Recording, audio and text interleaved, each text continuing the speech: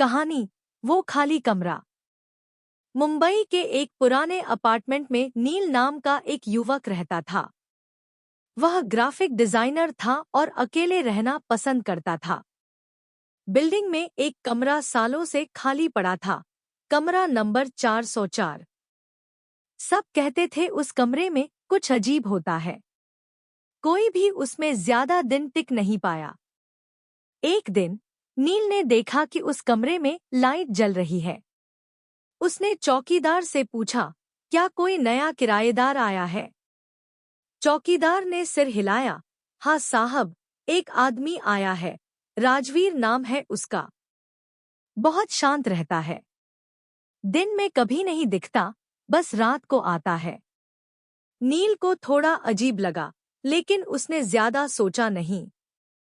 कुछ दिन बाद नील को अपने कमरे में रात को अजीब आवाजें सुनाई देने लगीं, जैसे कोई दीवार के पार फुसफुसा रहा हो। एक रात नील की नींद खुली।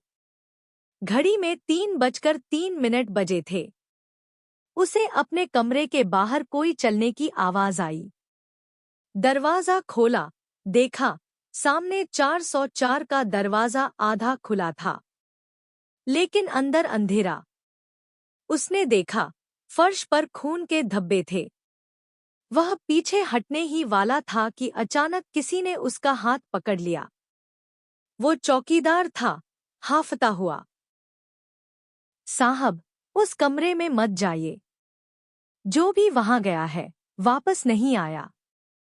नील चौकीदार को लेकर थाने गया, पर पुलिस बोली, कमरा 404?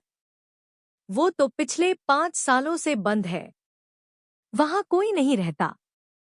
लेकिन मैं खुद देख चुका हूं, कोई रहता है वहां।